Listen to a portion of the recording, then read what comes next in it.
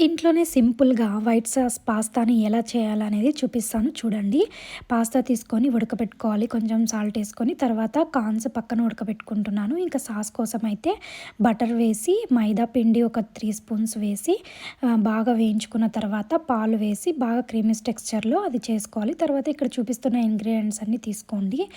Butter వేసిన తర్వాత వెల్లుల్లి, ఇంకా ఎర్రగడ్డ, క్యాప్సికము, కార్న్స్, సాల్ట్ వేసి బాగా వేయించుకున్న తర్వాత మనము పెప్పర్ వాడతాము. సో, పెప్పర్ తర్వాత ఈ హెర్బ్స్ ఇంకా ఈ రెడ్ చిల్లీ ఫ్లేక్స్ వేసి మనం ఆల్రెడీ చేసి పెట్టుకున్న ఈ వైట్ సాస్ పాస్తాని మొత్తం అందులో వేసేసుకోవాలి. ఇంకా ఏమన్నా మిగిలితే వాటర్ కూడా అంతా క్లీన్ చేసుకొని అంతా వేసేసుకున్న తర్వాత మనం ఆల్రెడీ ఉడకపెట్టుకున్న పాస్తాని అందులోకి వేసి నీట్‌గా బాగా కలుపుతూ తర్వాత చీజ్ లాస్ట్‌లో వేసుకోండి. లాస్ట్‌లో ఫ్రెష్ క్రీమ్ వేసుకుంటే సూపర్‌గా ఉంటుంది. యమ్మీ యమ్మీ ఈ వైట్ సాస్ పాస్తా రెడీ.